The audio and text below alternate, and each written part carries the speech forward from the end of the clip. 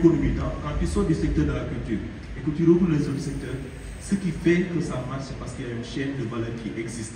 Et que chaque domaine respecte.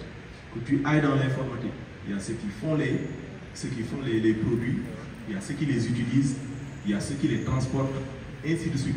Cette même chaîne de valeur existe dans notre secteur. Mais ce n'est pas les mêmes personnes qui font nos produits qui vont aller sur le terrain pour faire la distribution. Ils acceptent qu'il y ait des distributeurs et ils travaillent avec ces distributeurs. Il y a des créateurs de ces œuvres qu'on peut appeler auteurs dans notre secteur. Aujourd'hui, le téléphone iPhone qui Pro Max, ainsi de suite, est fait par quelqu'un. Mais aujourd'hui, ce n'est pas lui qui va être le commercial du produit, ainsi de suite.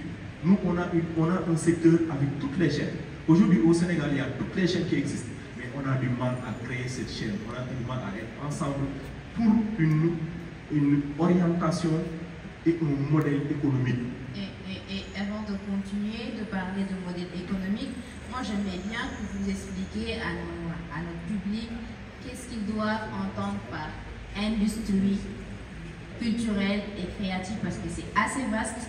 C'est vrai, quand on parle d'industrie, il y a production, distribution et consommation. Maintenant, qu'est-ce qu'on peut comprendre par industrie culturelle et créative avant de parler de l'économie? Moi, je ne voudrais pas aller dans ce sens. Tu sais pourquoi? Parce que c'est un modèle, dire industrie culturelle et créative, c'est un modèle qui est connu d'Europe, en Europe. Et je parle d'Europe, je parle du monde, des pays développés, qui ont déjà depuis des siècles, je peux dire 20 ans, 100 ans, 150 ans, mis, travaillé ça et arrivé aujourd'hui à nous sortir dans le contexte sur lequel nous sommes mondialement. Parce que les textes de loi fait que nous sommes dans la mondialisation, ils nous amènent un concept pour dire industrie culturelle et créative. Oui, maintenant, vu comme le père l'a dit tout à l'heure, on est obligé d'être à l'ère du temps. Mais il faut savoir s'adapter à cette ère du temps. Moi, je reste dans l'économie de la création économique. En disant la même chose, mais en faisant de telle sorte qu'on soit assez dans un monde qui répond à notre contexte socio-économique. L'industrialisation répond à quelque chose dont nous n'avons pas. La production, même si on reste que dans la production, on sait que la production n'est pas mal faite, mais mal organisée. On n'a pas de chiffres. Combien de produits sortent dans le marché?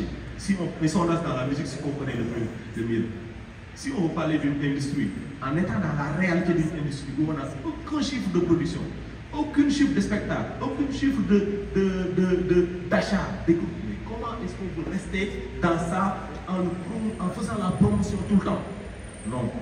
Qu'est-ce qu'il faudrait régler d'abord? C'est pour une économie, c'est ça qu'il faut régler d'abord. Comment faire de telle sorte que l'économie soit une vraie réalité dans notre secteur? Que Père Ibrahim Massa, lui, même s'il se donne son temps à être dans ce combat qui est la nôtre, qu'il puisse être rémunéré parce que ses œuvres sont en train d'être vendues, même s'il est pas, même s'il ne va pas jouer. Si on règle ça, l'économie va être réelle pour lui.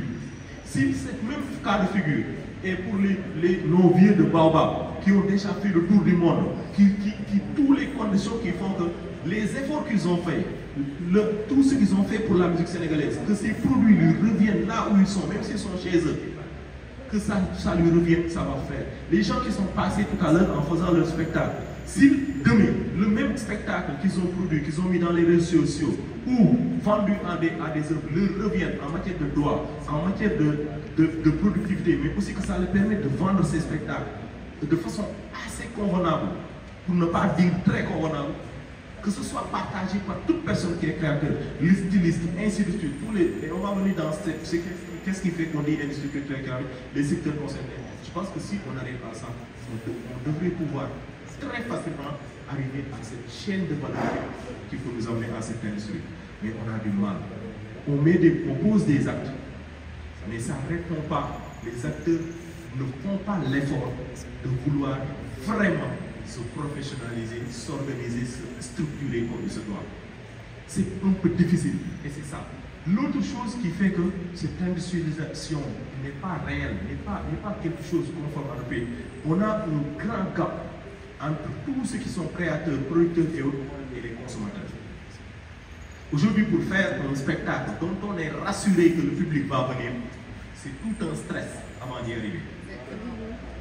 Alors que, quand tu sors dans la sous-région, les gens n'ont pas de problème si le spectacle va marcher. Le problème, c'est combien ils vont gagner en tenant compte des taxes, en tenant compte de beaucoup d'autres choses, parce qu'il y a beaucoup de chaînes à des gens à payer. Ils ont peur qu'après avoir payé tous les charges, qu'ils ne s'en sortent pas. Les réalités ne sont pas les mêmes. Il faut régler ce problème. On a un public qui est consommateur. Mais le problème, c'est que les œuvres que nous faisons, ils ne sont pas très réactifs, ils ne l'attendent pas. À un moment, quand il n'y avait pas le digital, et c'est là des fois, quand Ibrahim Moussa nous parle du digital, je suis très d'accord avec lui, nous tous, nous avons eu à vivre ça, peut-être la jeune génération, non.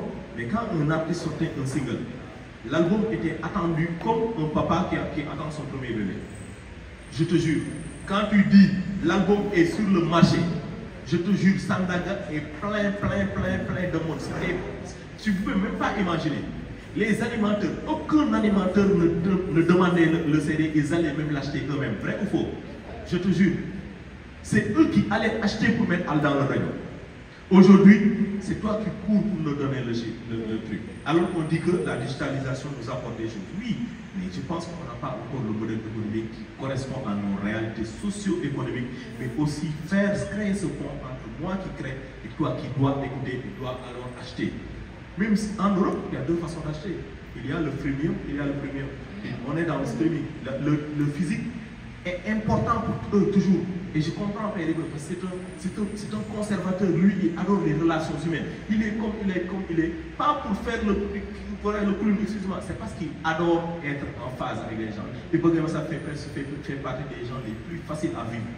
Il ne prend rien pour ton problème parce qu'il aime ces relations humaines. Aujourd'hui, toutes ces relations humaines sont perdues dans le travail que nous faisons. On est obligé même d'avoir nos actions, obligé même de faire le con, excusez-moi, pour qu'ils soient mieux aimés par nos artistes. C'est pourquoi ils créent beaucoup de buzz, attirer l'attention sur eux. Ah, et ça les démoralise, ça les défavorise des fois. Des fois, ça ne réussit pas à tout le monde. Et tout ça, c'est parce que le digital apporte autre chose, un autre modèle économique qu'il nous faut réapproprier pour chaque artiste.